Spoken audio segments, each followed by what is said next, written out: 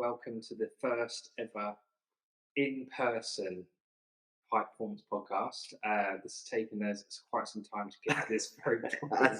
Even this morning. Even this morning. So today, I think the big topic, and obviously everyone listening to this will know what we're going to be talking about, is postnatal depression, right? As a dad, as a man, right? And it's one of these things that is very, very different to a woman and a mum. So there's a few questions that we're going to kind of touch base on, but for everyone to kind of get a handle of who you are before we start, and I can just hear outside we've got the lovely The bin men. So keeping it authentic, guys. Let's just go introduce yourself. Who are you? Family, everything. Go. Yeah.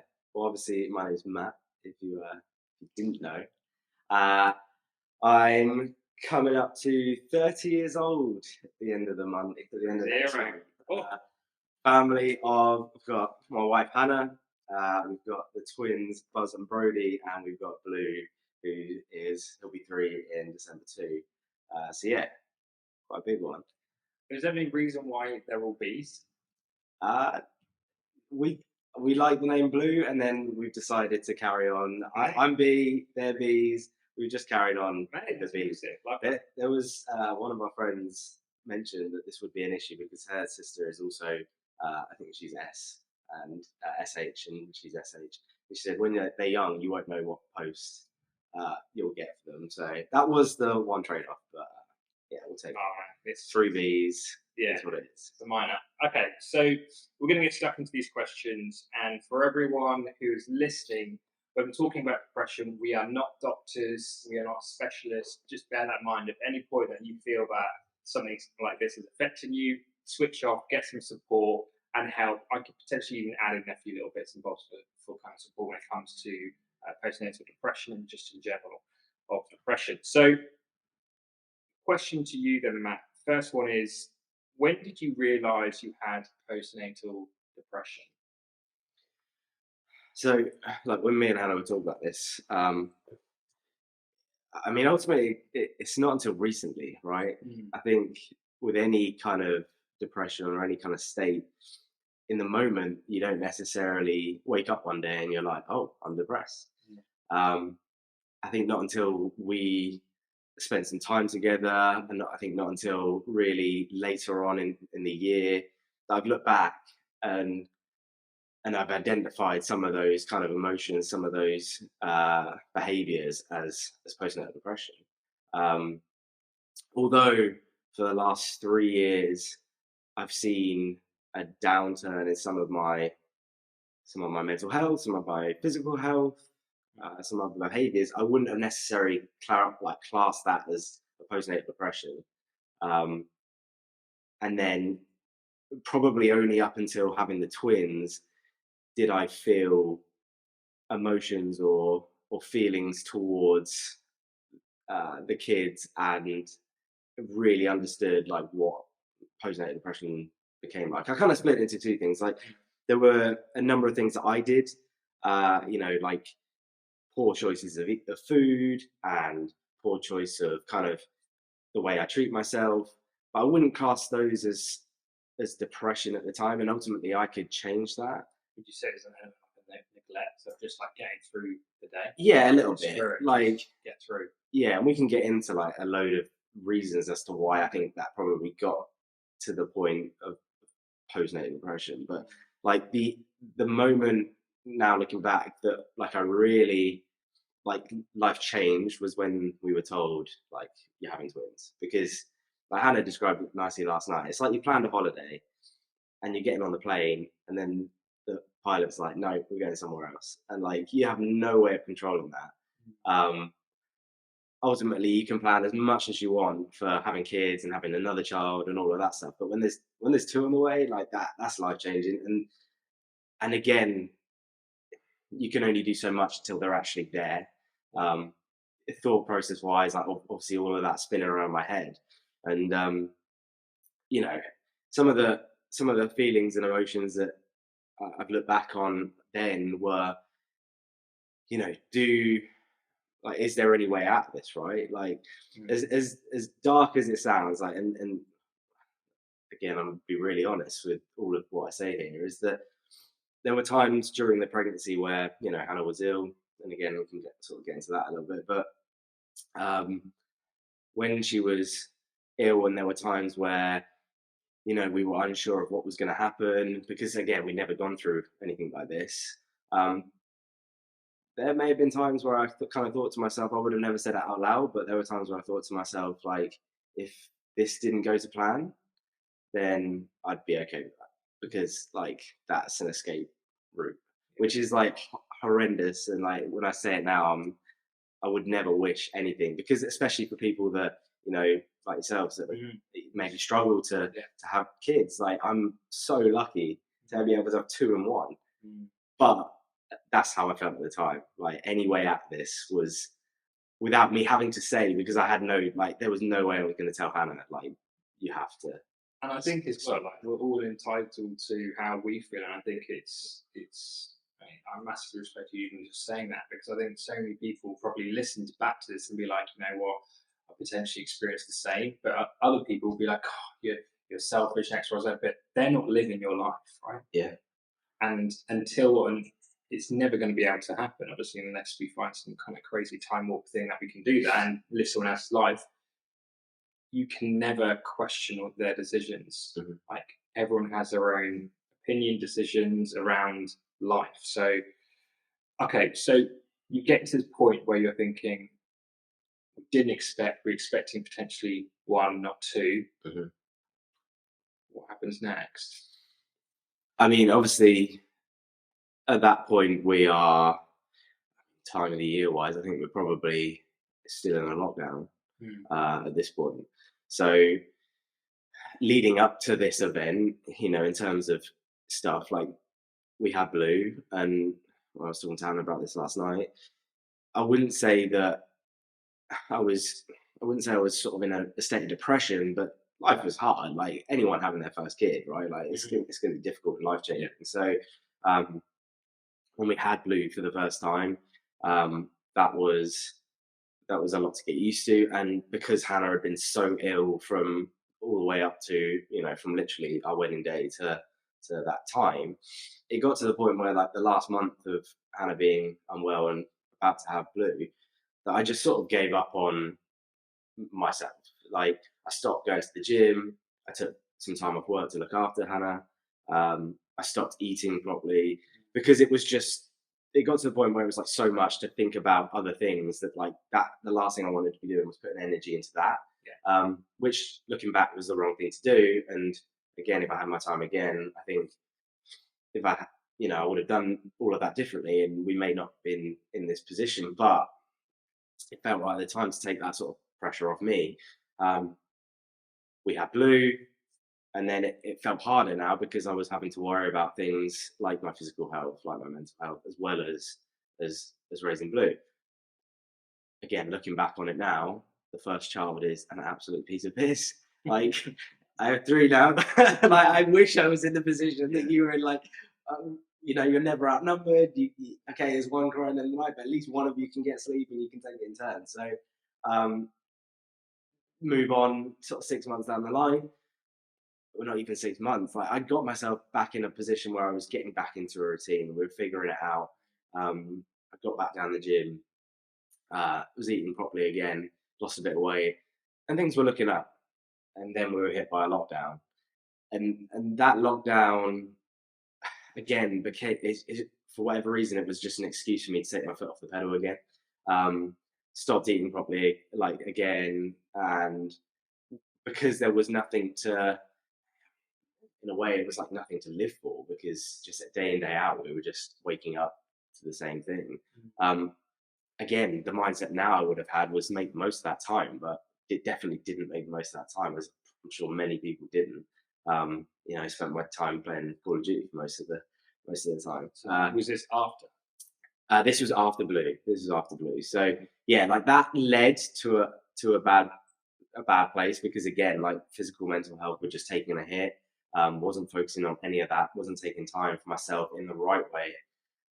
But again, like we went and we got to a place where, okay, we're ready for another.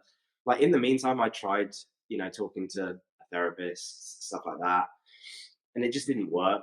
I told them what they wanted me to say, essentially. Like, in my mind, I knew I wanted to lose weight.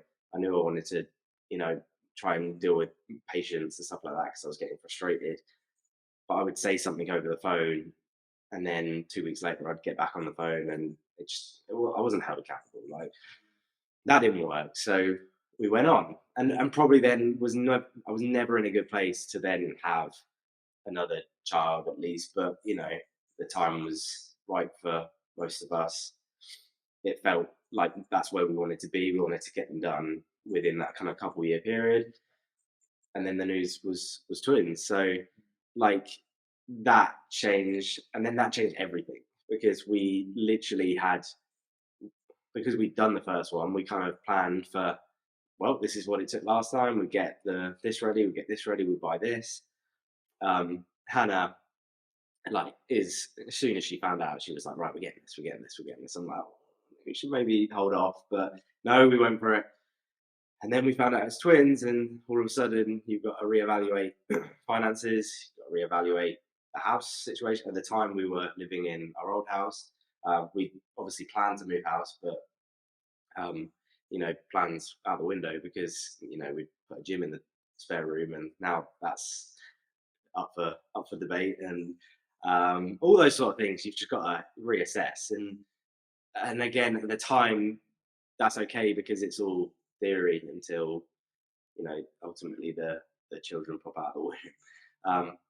And at that point, that was when I started to feel the emotions that I didn't want to feel, because with Blue and the first birth, like I was remember sitting there next to, Hannah was there laid on the platform ready to get sort of operated on, so to speak. And excitement, thrill, like all of that stuff was kicking through, and that was the first time I was moved by a moment like that, pure joy. But when the twins happened, there wasn't any of that. Like I didn't feel it. I wanted to feel it, and I knew it wasn't right. I didn't feel it, but for the first sort of 2-3 weeks, it was resentment. It was anger, frustration, and all of those emotions, because of the way I was feeling, were being portrayed onto those kids, and obviously that was no fault of their own, and it's very unfair to put that on them. But again, that's how I felt. It would be times where you'd have them crying in the cot. Like for the first sort of 6-7 weeks, we slept on sofas because Hannah was obviously, she had a C-section, couldn't make it up the stairs, so we slept on the sofas. I remember sitting there, laying on the sofa, and you'd get no sleep, and the twins would be crying. You'd have one going, and Hannah wouldn't be able to get up, so you'd go up and get them, and you'd be sleep deprived, and you stand there and stare, and you just wish it would stop. And again, like I don't, anyone that goes through that, and you hear the stories and the in the news that terrible things have happened to kids and parents, but not that I would ever condone that. But at the same time, I get it. Like all it takes is one night sleep of you not getting the right sort of help, and then all of that built up emotion, the depression, and then all it takes is that one moment where you make this stupid decision. So yeah, I get it. Like, and that's why, like, I wish someone had helped me. Not that I didn't have help, and that would be, to anyone like Hannah or my parents, they were always telling me that I needed help. But for me to click out of that and to realize that I needed to change, because at the time I just didn't want to change. Like, I just wanted to walk away from it. So yeah, I think for a lot of people listening, it hopefully has resonated with them. But in terms of, for me, I even thought about prenatal depression, right? And obviously we're lucky enough to have Eldon, and like for me, it really hit me before the kind of reality of holy shit, am I financially stable? What things am I having to support this kid? Am I like enough? Like, can I manage this as just a man? Am I being a dad myself with all the experiences that I've gone through? And needless to say, as a kid, I had a lovely upbringing, but then it doesn't take away the fact that it doesn't tell you how to be a dad, Mm. right? Everyone's different. So I think I massively resonate with that in terms of that feeling of, are you worthy? Are you enough? Is this right? And then the thing is, because you can't control it, and we had this constant fear of, I was going to miscarriage. The constant fear of, okay, in the first 12 weeks, who are we going to tell? What things do we need to manage? And it's very different because obviously we've been trying for over a year. So I massively, massively resonate. There's a hell of a lot there that it's hit home for me, because I think so many people aren't honest around this, especially men, because they just think, oh, I'm just going to fuck off and not worry about dealing with my emotions. And then lo and behold, what happens is they just go in a pit, which will happen to me. And I think when it comes to, like you said, it's not just one. When you're having to manage three or even two, yes, you're juggling another ball or two or three now. And if you're not in that right headspace, it can be a very dangerous place. And I think you saying everything you said is hopefully for a lot of people, including myself, the reality of, oh yeah, you want to have X amount of kids, and you're like, yeah, but they're still going to be that challenging age that we know that they're so erratic, and one day's going to be amazing, the other day's going to be horrendous. But it's about understanding how to manage that. Like you just said, if that one night of sleep ruins you, and then that happens again, and that's a lot of domino effect, you can really understand why there is so much potential horrendous experiences with new parents, or even just parents in general with their children. Yeah, because of there's an element of neglect on both ends. And that's the stuff you don't learn. Like, No. you get a class or two here, how to change nappies and how to feed them, but you don't learn how to, like, no one prepares you for those, because even if they do, and you talk to friends, again, you're only seeing the good side of, through social media. You see the good side of things. No one's posting at 1 o'clock in the night of how shit they feel and how much sleep they missed out on. And obviously that is different for everyone. Like, you genuinely might go through one lot parenthood and never have that. Like, with Blue, we were super lucky that he did sleep very well. No kid is perfect, but like, compared to, and even the twins have been incredible, like, considering there's two of them. But I've known some parents that have been sat up for hours and hours and hours on end, in the middle of the night, way more than we ever were. And if I put myself in their shoes, like, I don't think I would have been able to do it. Like, it just, so we were it's a blessing that it has been super comfortable in comparison to other people. But yeah, no one prepares you for that. Okay, so we've kind of covered the question too of what triggered your depression, in terms of the despair, the kind of holy shit, I've now got three kids, or gonna have three kids. Is there anything else that you wanted to touch on this at all? No, and I think, again, like, all of those things, and then the result of those things that we talked about there was the weight gain. So, like, the weight gain was ultimately, like, not a cause, because I didn't go out and choose to put on weight, but that was a symptom of the depression. Like, yeah, it was a coping mechanism. Yeah. So, but that obviously just led to it becoming worse, because that caused doubt within my personal life, whether it be at work, whether it be at home, you know, in terms of confidence. All of those things were affected by that weight gain as a symptom. But it felt like the only way to cope with that was to just go back and to eat a load of food. Again, it could be, for some people, it could be drugs. For some people, it could be alcohol. Whatever it is, it could be gambling for all I know. But, like, for me, it was to sit there, and during a day of lockdown, when the same thing has happened over and over again, the only thing to look forward to in my mind was takeaway. Yeah, like, which is insane. But whatever that kick was that I got out of that would keep me going through the rest of the week. And then the result of that was to put on a share ton of weight, which obviously doesn't help anyone. No. And the other question, number 3, is when you felt the dark cloud coming over your head, did you feel like a failure? So the dark cloud of depression and this kind of, and again, not a lot of people realize what depression is because we're not taught what depression feels like. We're not taught how to deal with emotions as men. I was listening, I think it was Dario CEO around the relationship expert talking around when a woman goes on a date, they talk to loads of their friends, but for a guy, they're like, yeah, it went well. Oh yeah, shagged her or whatever. But that's it. So when that dark cloud came over you in terms of AK depression, did you feel like a failure? I mean, the short answer is yes at times. And I think to what you just said there, like obviously depression is a scale, right? Like there isn't one moment where you wake up in the morning and you're just like, well, today I've hit that, like I've hit the mark and now I'm depressed. Like depression for some people could be as simple as not wanting to get up in the morning and go to work. Depression for some people could be wanting to jump off a bridge. Like there's a spectrum of that. And I think like I've experienced that that spectrum. So in terms of did I feel like a failure?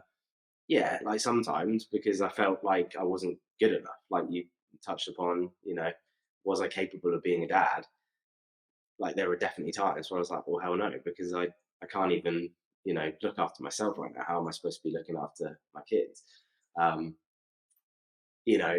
Many a time I would have the conversation with myself, like which way do I want to go here? Like this is I'm at the crossroads now, and do I want to leave like all of this? Like, could I possibly do that to my kids and Hannah? But I know that I would get sanity, or do I, go the harder route, which is to sort my shit out. Which is the way I always wanted to go, right? Because and this is the fight and the tug of war that I had. Like normally in my life, as soon as things get hard, I stop. Like there's been many a time in my life where I've like something's got a bit difficult. I'm not very good at this. I'm not like my mum would always say at school. Like if I couldn't do it in my mind, if it wasn't how I like painted that picture, I just stopped because it's not like unless I got it first time, it wasn't for me. On the flip side, I care too much about what other people think of me. So walking away would be having to have a difficult conversation with Hannah and leave her, would be having to leave my kids and not be a father to them and not to not be a father to them, but just not a full-time father to them. Would have to be everyone in my family that would be saying, well, potentially you're making the wrong decision here. Whether that's right or wrong, would be friends at work, colleagues, all that sort of stuff. Like, how could you do that? And worrying what they would think of me. So there was, and that will was stronger than the not wanting to do it. So it ended up being that I could never do that, and I didn't want to do that. It was just that there was always the possibility in my mind, is the grass greener?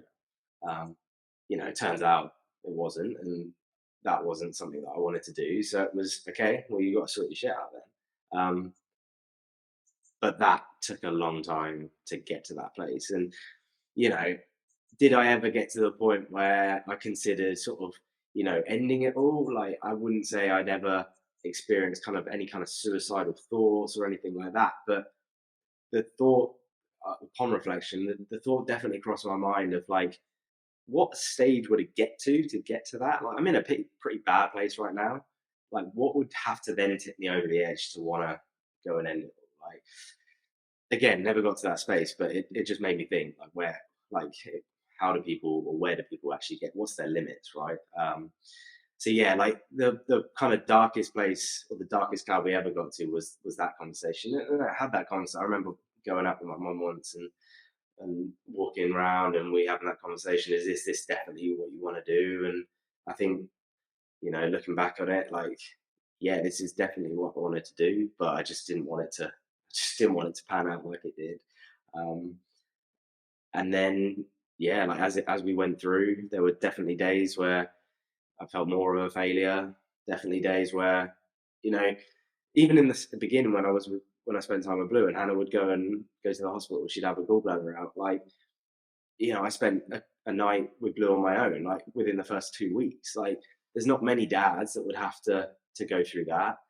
Most dads would have been back to work after 2 weeks. I was lucky I get a little bit longer. And my mum would have had to deal with it all. So I'm super fortunate that I did have some of those experiences that put me in a position where I've had to learn quick. But at the time, yeah, it didn't feel like I coped with it very well at all. So yeah, absolutely, I felt like a failure. So, question 4: who supported you through it? Was it hard to ask for help? So, within context of going through this element of depression, as we know that depression is a scale, but this build up. Initially, you didn't realize you just kind of getting through it, and just you acknowledge the depression after a certain amount of time. So, who helped you, and was it hard to kind of ask for that help to begin with? Yeah, yeah. So I think, like as you said, there's an element of denial for a long period of time, especially in the first few weeks where your mind's just sort of all over the place. The one moment that kind of springs to mind is after a long time afterwards, we were talking about this together with Hannah, and she said that the the health visitor, in fact, one of the health visitors that we've had, like, she's come back 3 or 4 times now, and she's incredible. Um, but she, at the time, asked how, I think it was like she could see maybe I wasn't in the right space. I walked out the room, and she mentioned to Hannah, so just how's dad? Like, I've noticed he's maybe not, looking great. Like, how is he? And Hannah was like, yeah, he's not great. Like, but again, I don't know whether he would talk about this or even, acknowledge that emotion. So I think I came back in the room, and I don't even remember. Like, she asked me how I was, and you get the typical response of, yeah, I'm all right. Like, you getting through it, yeah, fine. Like, and straight away I kind of took it off tangent. No, I don't even remember that, because, you know like you talked about, that there isn't much help out there for dads. Um, but then I'd be lying, like, based on that, I'd be lying to say that people don't, support at all, because quite evidently it happened. I just didn't acknowledge it, and I palmed it off. So yeah, like, that was a moment where someone's reached out for help, and I've just, and which is crazy, because then how am I supposed to, if I'm not in a position where I'm going to even acknowledge that in the moment, how someone's supposed to help me? There is only so much that woman could have done, right? Like, and that had to have come from me and opening up. And at that time in my life, just wasn't in a place where I was freely and confident to talk about those emotions. Do you think, again, like we covered this whole understanding of, with men, it's being able to actually express emotions and feel confident to do that. Hmm. Whereas for a woman, potentially, oh, how are you feeling? Bang, give you everything. Whereas for a guy, for instance, sometimes it's so easy, like you just said, oh, how are you feeling? Yeah, I'm all right, mate. Oh, okay, I'm fine. Yeah, I don't think it was almost like I don't know how to answer that question. Like, what am I expected to say in that situation? What do you want from me? It's like a lack of emotional intelligence to some degree of how to express, this is how I'm feeling. I'm struggling because I'm worrying about the finances. I'm worrying about being that father, worrying about that good husband, worrying about just being able to not get fired, right? And that constant thing of, well, I need to work, I need to do this. And whoever it is, depending if it's the man or woman, but naturally it will potentially go towards the man because of what I've seen. Again, everyone's personal experiences, depending on whether they breastfeed or not, there is a huge emotional attachment to the mum and their child or children, because they are their potential sole provider of life. They carried them in their stomach for 9 months. Whereas what we did, we experienced the emotional breakdown and the anger and all the emotional side of things with her. And then lo and behold, you're now having to be dealt with. You've got a son or a daughter now, or daughters and sons, and go forth. Yeah, I spoke about this in one of my posts that I put up. Like, 100%, there's this like there's this expectation that you, almost a mother will be ready by that time because they've been reminded every single day they're about to have this child.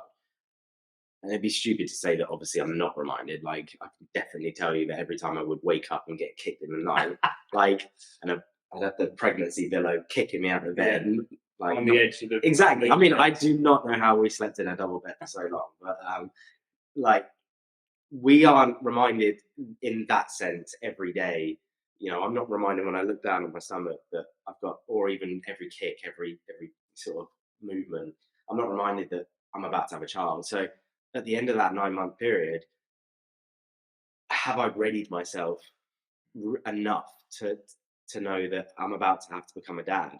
No, because actually I look back and I look at all the times where, like, I would take every opportunity in that 9 months because I knew that at the end of that 9 months, I'm probably going to be tied down. I was like, well, I'm going to take every opportunity now to escape. Like, if Hannah's having a nap, then cool, I'm off on the PlayStation.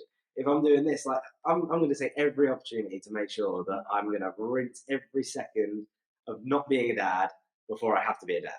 Yeah. And looking back, that's a stupid way to approach it because now I'm not ready. So I'm not preparing myself in any way, shape, or form. But it felt right at the time.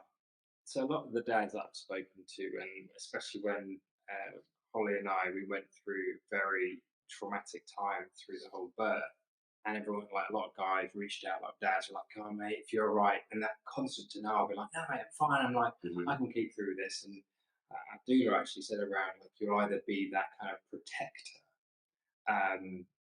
or you'll just kind of get insular. And being that kind of guerrilla person, like, oh, this is my family, I'll protect. It's so easy to kind of burn yourself out with all of this and not think, oh, I don't need any help. And I look at it in my experience and I think, wow, you know what, I could have just slowed down and just accepted more help in some areas. And I think everyone I've asked and everyone who has advised us is just accept the help where you get it. Yeah. Because it takes a village to build that, like, to grow a family and everything like that. It's a hell of a lot of effort. Yeah, and that is true. And in terms of like after the birth, like, you know, I don't know how we would do it without our parents. Like, if we didn't have our parents with us, I don't know whether we would have got through it. I mean, I'm sure we would have, but like, it definitely wouldn't Be have very been. different. Yeah, 100%, it'd be so different. So I've got so much to thank for them in terms of looking after the kids and giving us time to go away and have a night off. Like, that's super important. You've got to take that. I think Hannah, just because of the way I would maybe take that help for granted. So I would, if my mum or Hannah's mum maybe came round and like they were there, then it would be cool. My time to escape. Like, and not that I needed to do that, because if I didn't do that, I would have been worse off. But at the same time, it's not fair on them. Like, as I say, we got to do it together. But at the same time, I think Hannah's, on the flip side, Hannah's a little bit more reluctant to take help, and she feels that there's, you know, we shouldn't. I think less so now, but like, it maybe in the beginning, she wasn't as kind of, oh, my mum and dad would go take Blue for the day. Like, that's cool. Be happy and be content with that, because actually it's good for you that you get that time off. Although you want to, like, of course, we want to see our kids grow up, and of course we want to be there. At the same time, you need that to happen. And actually, when we were kids, we enjoy our time with our nan and granddad and stuff like that. So we have that too. It's just that maybe you don't think about it until you're a parent. I think this is a really good conversation to have, because we're in this transitional period now where we are potentially going to be going away, and Holly's thinking, well, what happens with breastfeeding? What if he doesn't come back? And I think there is a lot to say when it comes to a mum's side of things, where they've got this attachment and this, my child needs me to live. Like, it's required. Obviously, people with formula formula-fed babies, there was a bit more flexibility there. Yeah. And I was very lucky that I didn't have to get up in the night majority of this period of time. At the very beginning, I had to, but I think what I'm trying to say is when it comes to this transitional period of asking for help, there are two sides of it, right? There's help initially when it comes to I just need to understand, like I just need some sleep. And then also there's when you get into the, let's say, the routine of it, asking for help to then step away from that to recharge and come back in. It's probably the hardest part because you're like, well, what's going to happen? Am I going to, there's something going to go wrong with them? Do I trust my family? X, Y, Z. Obviously you do, but still don't go through your head like what they need. Yeah.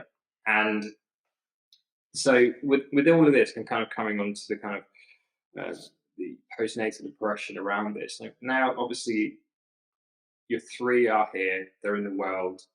How did you feel with your mental health when it came to all of this? Like, let's call it 6 months. They're 6 months. Twins are 6 months now. As in 26 months, and where am I at now? I mean, again, I think things obviously do get easier.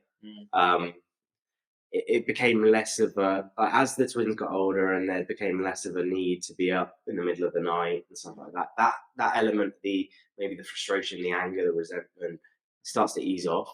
And I think this is where, like, I had to identify and split my postnatal depression and maybe then other class other depression, because the postnatal depression, I don't think, like, you can stop happening. Like, from research I've done, and there is, like, more to postnatal depression than actions that you've taken in the lead up. Yeah. Like, I was not ready for the feelings and the emotion that was going to come my way. Like, in my mind, I was ready to love them like I would love anything, but it just didn't happen. So I was like, well, hold on a minute, this isn't right, and I've not done anything to stop that. So 6 months down the line, that gets easier. That those feelings, those emotions, whether it be your hormones or whatever that is, that starts to get much easier. But depression for things like my weight, for how my life is going right now, that hasn't gone away yet because I've not done anything about it. And that's where I have to differentiate, like, the what could I actually affect, what can I change, versus the I'm going to have to just ride this wave for a little bit. And in the meantime, I'm going to have to get the right help. I'm going to have to talk to the right people. I'm going to have to share my emotions. I have to be honest. But can I fix it? Maybe not right now. And I think there's two things. There's two bits there that people can identify if they become depressed or in a state like that.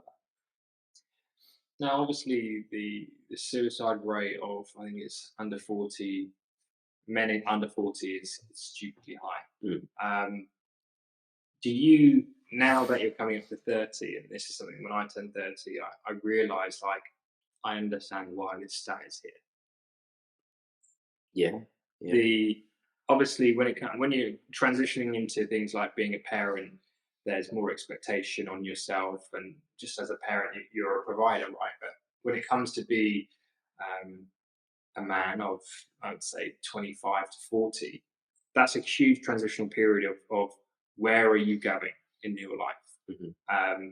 And have you experienced, in terms of, let's say, friends, potentially other dads, or other friends in general, have kind of crept in? Now, obviously, you're turning 30, so it could be, I don't know if it's just oh my God, I'm 30, like, what the fuck am I doing in my life? I feel like that's a huge, huge milestone for a lot of people I know. And actually, a lot of lads are struggling. Yeah, it's made to be like, the amount of pressure that I feel under right now to have a birthday party is ridiculous. Even that, like, and in my mind, I'm just like, I honestly don't really care that much. But, like, there's this sort of, like, there's this pressure that, like, 30 is a big one, and you've got to celebrate it. But when we initially had Blue, it was almost like my mind just went into this, like, okay, like, my peak and my prime is over now. Like, my life is now to serve one purpose, and it's to be a father.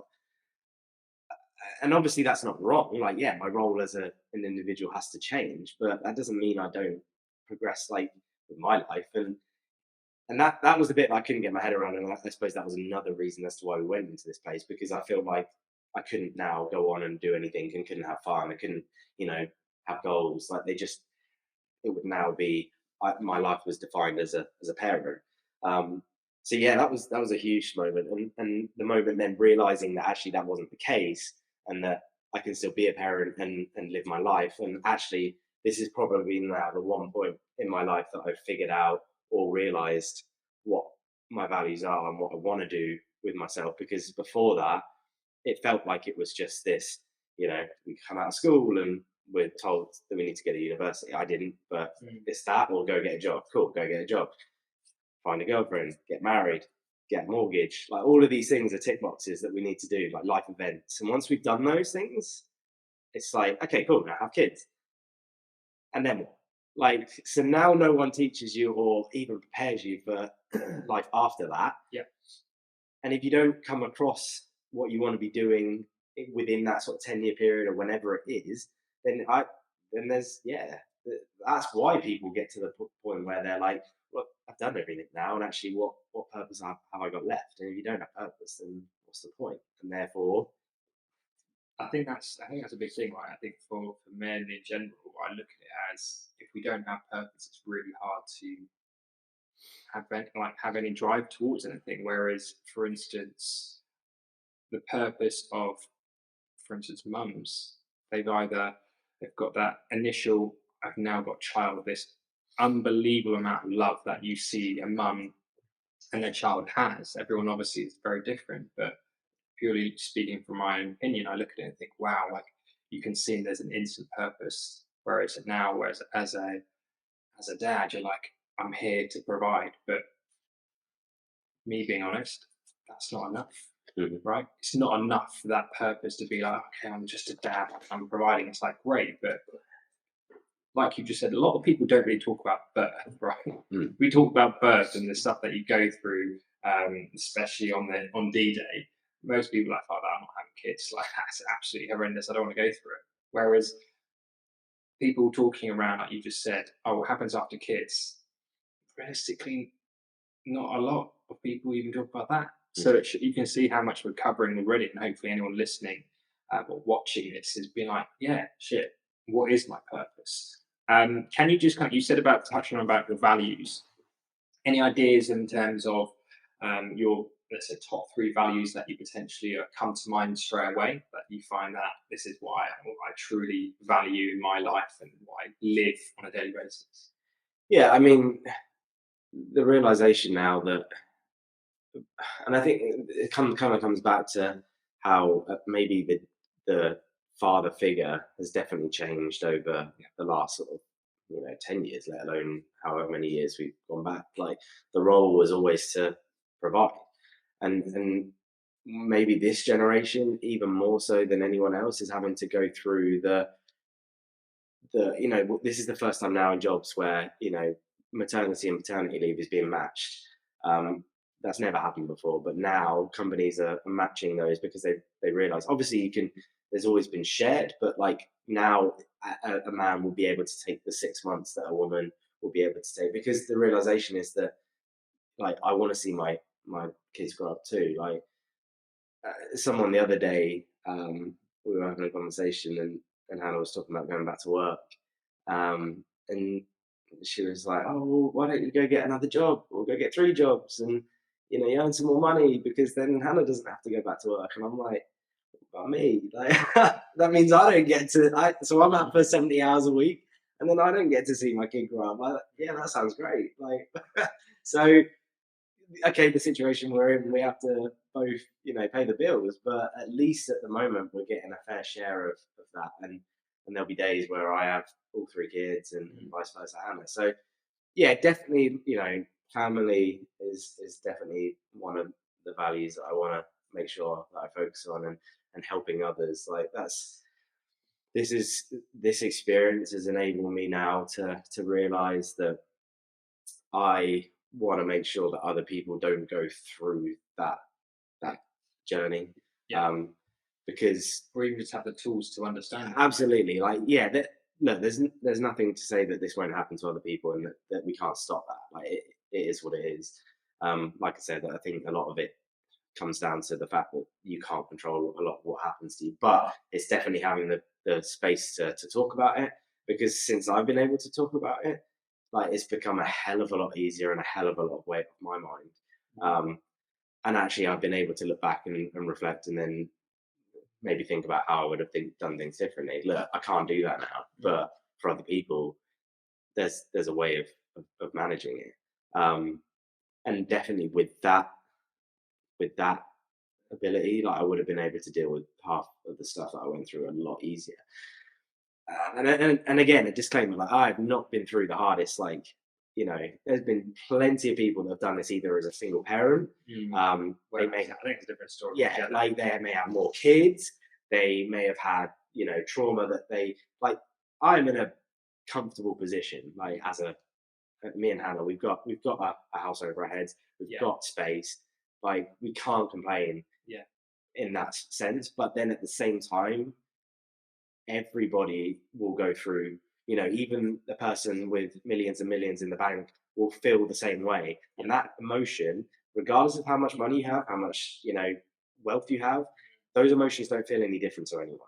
Like will feel the same pain that I will feel to that person, and that doesn't make it any easier for them or me. So it's not fair. You can't compare yourself to other people, and if you do that, again, I think a lot of what I did at the time was compare myself to other parents or other people. I would compare myself to other mates that had a lot more time, that didn't have kids, and then that would like arguably put me in a worse position, because I wish I was them and I wish I had that time. But they probably also felt the same way about me. Some of them may felt they wish they were in a position where they had kids and had a family to care for. So yeah, when we start comparing ourselves to other people, it's a dangerous road to go down. Definitely. So number 5. What do you feel that you need to do on a daily basis to keep your mental health balanced? Now, I say the word balanced, it's because balance every day is going to be different, right? So, what do you need to do on a daily basis to make sure that that dark cloud doesn't start to creep back in? Yeah. I think obviously there are simple things like working out, having time to myself to reflect, eating properly. Like they're the age old kind of things that we preach all the time that we should be doing, but there is a reason why we should be doing them, because they do keep us in check. And then when I stop doing that, those are the things that sent me out of whack. I said this to my mate the other day: is that in a weird way, I'm lucky because I've now experienced what tips me over the edge. Like there will be people out there that will go along living their lives and have never considered what they do or what habits they build that keep them in good health. And not until you take some time to reflect, or you go through an experience that actually messes you up, do you look back and go, well, if I stop doing that, stop doing that, stop doing that, if I kick all those things away, I fall down. So in a weird way, I'm lucky that I've gone through that now, because I know I stop doing those things, I go back to that place, and therefore I'm in good stead.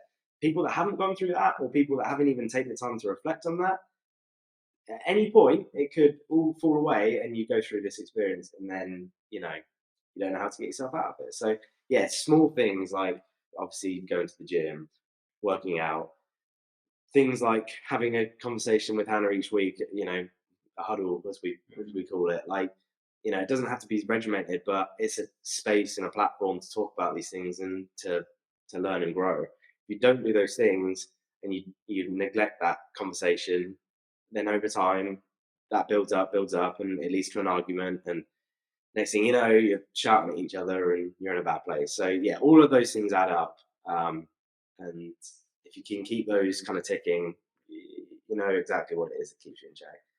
And I think, like you just said, an element of failure is good, because it makes you realize that, okay, like for instance, like having a relationship, a marriage, a commitment to someone who you've got children with as well, that is a huge challenge. It's not easy, because like you said about having time for yourself, there is a substantial amount of things that you have to manage And all of those things that you're supposed to be managing are never going to be managed 100%. That you're always going to have some element of energy giving it to all of these, but it's not going to be 100%. And if, and only if you do focus on one thing, all the other ones will fall to shit.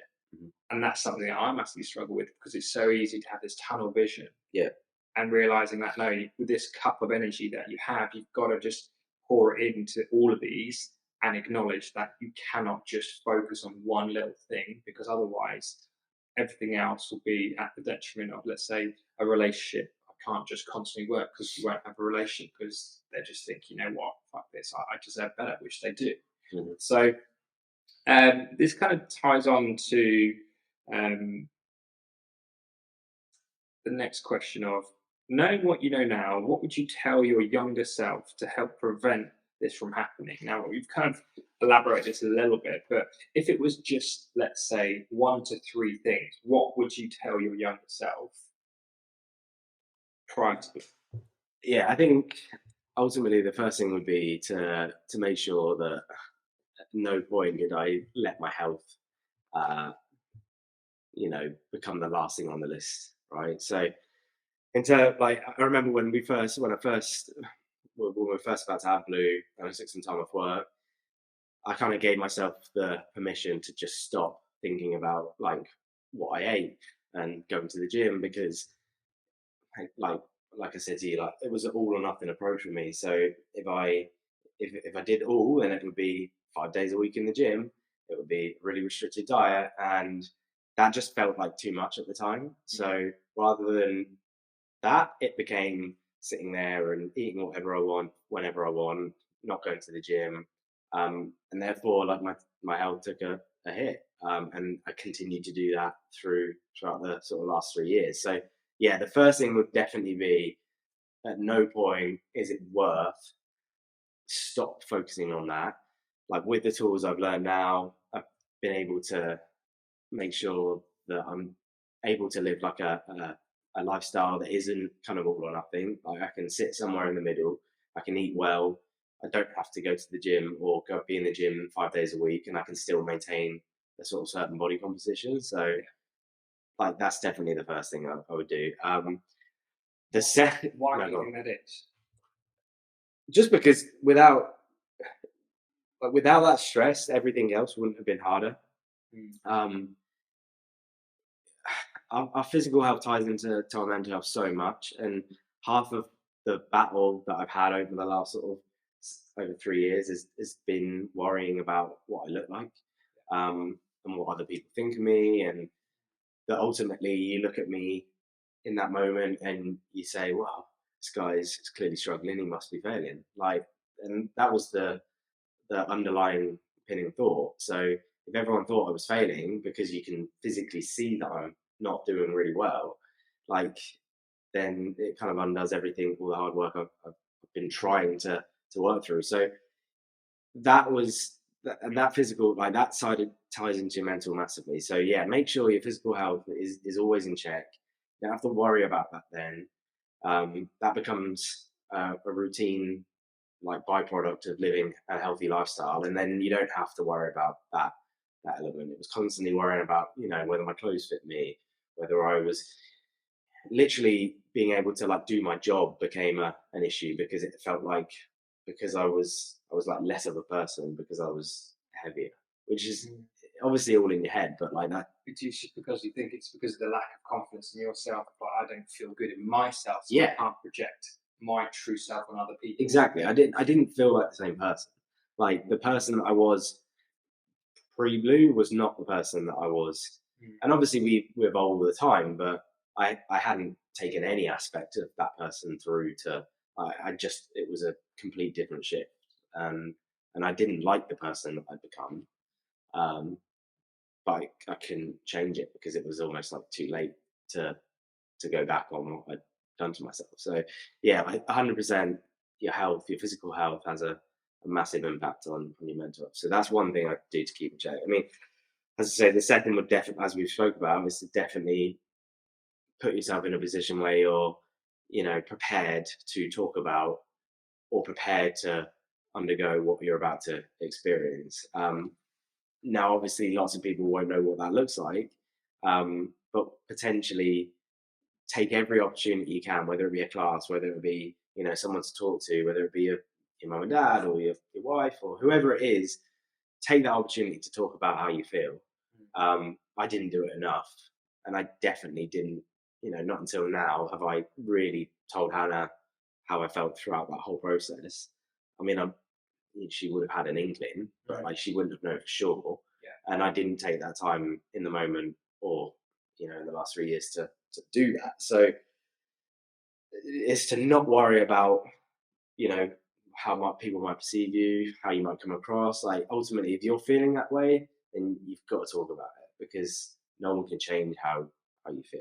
So yeah, that's definitely another thing. And then yeah, I guess to not be, it's hard to say this, but to not be so selfish. Like to prepare yourself in a way that means that that actually your life is definitely going to change. Like, and that's okay. Um, a lot of what I did in the 3 years was trying to cling on to things that I was doing pre-blue. Whether it be spending hours on the PlayStation or hours down the gym, like I was trying to hang on to those things, and those things just weren't available now. But I thought that if I gave those things up, that I'd be unhappier as a result. Where actually it was, and even more so now, it's the flip side. Like, I haven't switched to PlayStation on in sort of 4 to 5 weeks, and although I do like enjoy doing that, like I didn't need to spend hours on it, and the amount of money I spent and put through it at the time, because I felt like I was putting loads of energy into that, where I could have been putting energy into other things. And as a result, I've been able to achieve far more by sacrificing, some of those things. But in the moment, it felt like I'd be way unhappier by giving up those things and not. Yeah, but realistically, it's the other way around, and not until we take that step and take that leap. As I say, I was in the mindset of this is going to be the worst decision I ever make, but actually, it was potentially the best decision I've made, but I didn't take that risk. So you can apply that to everything. And actually, if you can start making those sacrifices and getting yourself in a position where you're ready to be a father, be a better person, you will reap rewards. It's just you maybe don't realize it at the time. So yeah, get yourself in that position. Start getting kicked in the night. Start getting kicked in the gut. It's good for you. I think that's it, right? In terms of like planning or preparing yourself for sleep deprivation. And people have, obviously, there's a scale of this, right? But having that prep, one, you'd probably never put yourself through it because it's just ridiculous. You'd only do it because you have to, just like keep this child alive. Yeah, love that. Okay, so question number 7. What advice would you recommend to any dad to make sure they protect their own physical and mental health? I mean, similarly, like we've talked to, but I think for me, the massive takeaway would be to make sure you do invest more in your health. Like, not until we've started to spend time together have I realised the full potential of myself. And it's not to say that others haven't pushed me in that direction over the years. Like, it would be unfair to say that my parents haven't wanted that for me, and Hannah haven't wanted that for me. But sometimes it takes a little bit more than that. And obviously, that's not their field of expertise.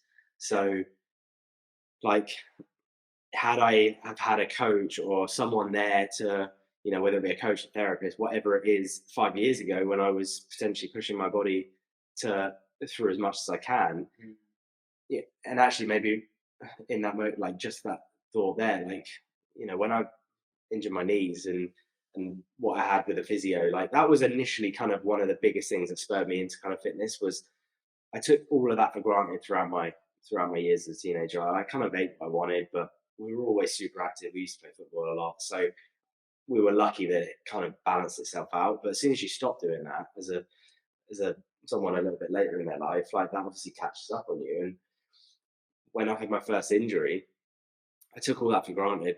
you normally shake off an injury as a kid, like you get up and you go back to playing football the next week. But this was the first time that I was like, I've now got a choice. Like I can either not get up and go again, or I can will put a ton of work in for the next 9 months and reap the benefits. And it took a physio, going to a physio every week and getting that done. And actually, that disciplined me to get into the gym and be a little bit better with what I ate, because without doing that, I wasn't going to recover.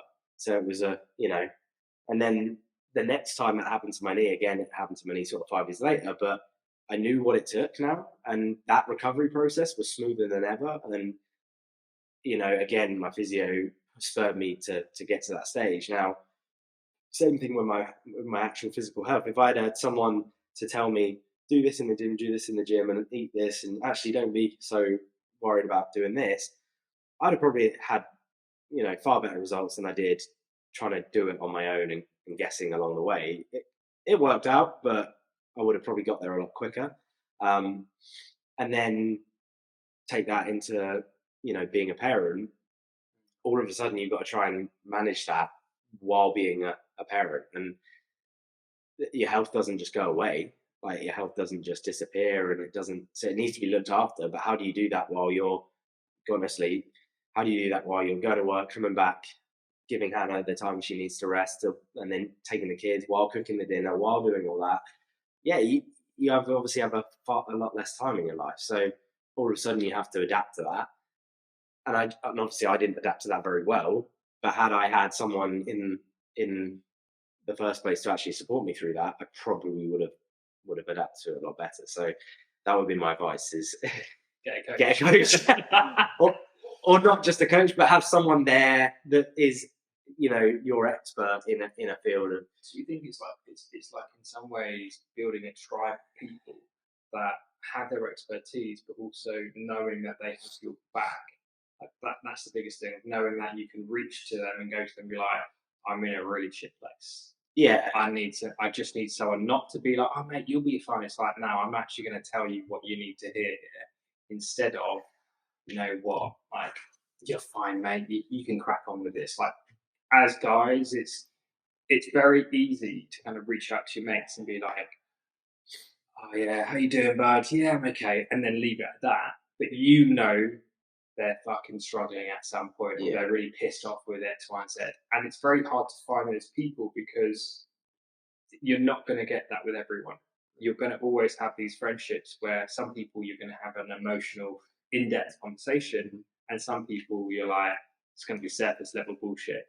And it's your choice and willing to obviously keep that friendship, but also acknowledging that they are there for this environment. Yeah, like there are certain friends now that I'm finding that with. Like, obviously, I've been quite open and honest about what I've been through, but would I like? There are definitely people that have responded differently, and there are definitely people that I'm yet to have that conversation with in my friendship group. Like, because we've never had that conversation in our lives. Like, we've lived pretty comfortably throughout the time. Like, we haven't yet got to the space where we felt it may be necessary to have that in-depth emotional conversation. Either I haven't gone through it, they haven't gone through it, and then therefore I would never expect them all of a sudden to just step up and be able to hold me accountable. Like, obviously everyone has the best intentions, and your mates never want you to see you go through that, but they're never equipped. So when I was going through that,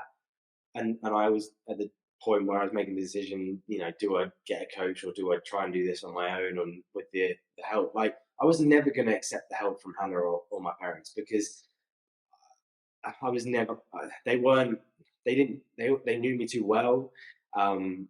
There's a bias, like, so they might not always be doing what's best for me. They might be doing what maybe is most comfortable for me. And therefore, like, it has to be someone that is only going to, like, is going to give you the facts, right? Have like fresh eyes on the whole situation, and not have bias and experience where you were before. It's what I can see in front of you and how you project yourself. And your friends can help you with that, and they definitely need to be there throughout that time, your family. But at the same time, you need the hard-hitting facts too. Like, otherwise, it just doesn't. You don't grow, right? There's a lack of growth, and I think this is I think for guys as well, and I've realised this, that guys are the hardest people to coach ever. As a coach, from being a coach of men and women, the, the reason why I think guys and everything about this conversation today was you just think you can get through it yourself.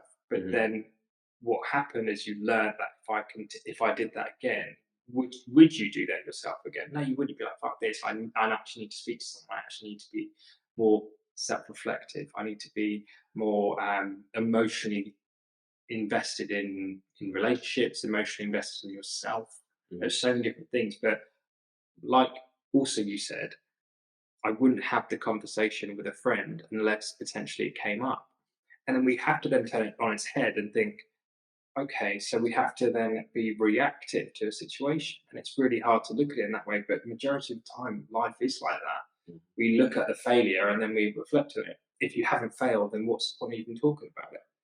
But what we're trying to say, and everyone listening to this as well, is if you are, let's say, a to-be dad and you've got all these emotions, and or even you're a dad and you haven't just acknowledged any of this, hopefully now it's made you realise, holy shit, I actually need to be more emotionally knowledgeable about myself and also how that is having an impact on other people around me. Because we can be so selfish. Like I remember the fact, like when you're saying about the time that you've got this amount of time left before you're a dad and you're fucking fucked. Everyone says, "Oh yeah, your life's over." Yeah. Right, and you're like, "Fuck this! I'm going to do as much as I can to just enjoy my life." And then you're like, "What am I doing? Like, stop being like this person that because you think this is better. It's just a transition of a new life that involves a dependent." So, like, we weren't thinking about how to fit in enjoying our life with being a dad. We were just like, well, it's one or the other. yeah. So rather than spending the time to like build some habits or build some structure in my life that would allow me to still be, having. But it's not sexy to do that, right? No. What's the incentive? Wow. Yeah. There isn't, because you're like this. The only thing that I know right now is freedom. I want to have as much as I can before that's over. And that's not to say that, like, that's not, like, again, there'll probably be people listening or people that don't ever have kids, and that's cool. That's your choice, right? Like you don't go on to the podcast. Yeah.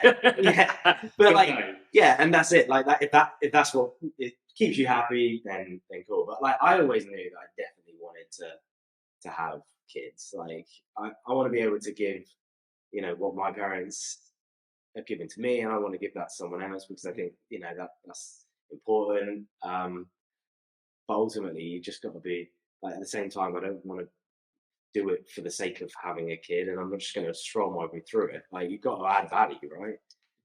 Completely. And I think this is where there's a fine line of like tick boxing parenting and actually being a parent, because depending on everyone's experience in life, you'll either want to be like your parents or you won't, right?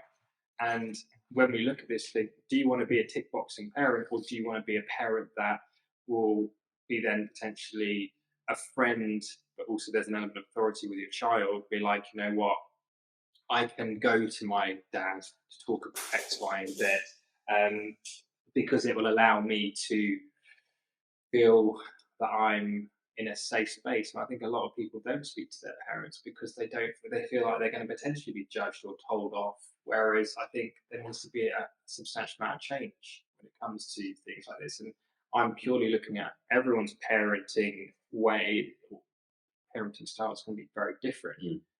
But I truly believe if you live the life that you want to live, then that will project on your children as well. And that's, and to add to that, like, that doesn't mean in the meantime you don't get it wrong. Like 100%, we all get it wrong from time to time. And although I'm trying to better myself now, there are nights that's still tough. There are still moments where I lose my patience. I still potentially am tick box parenting when I shouldn't be tick box parenting. But that's okay. Like, we're all allowed to get it wrong. We just got to make sure we have the space to learn from it. Because if we don't have that space, then obviously you'll just continue going through life like that. So the last question then is: are you becoming the man you want your son and sons to be? I hope so. Like, I think. Why?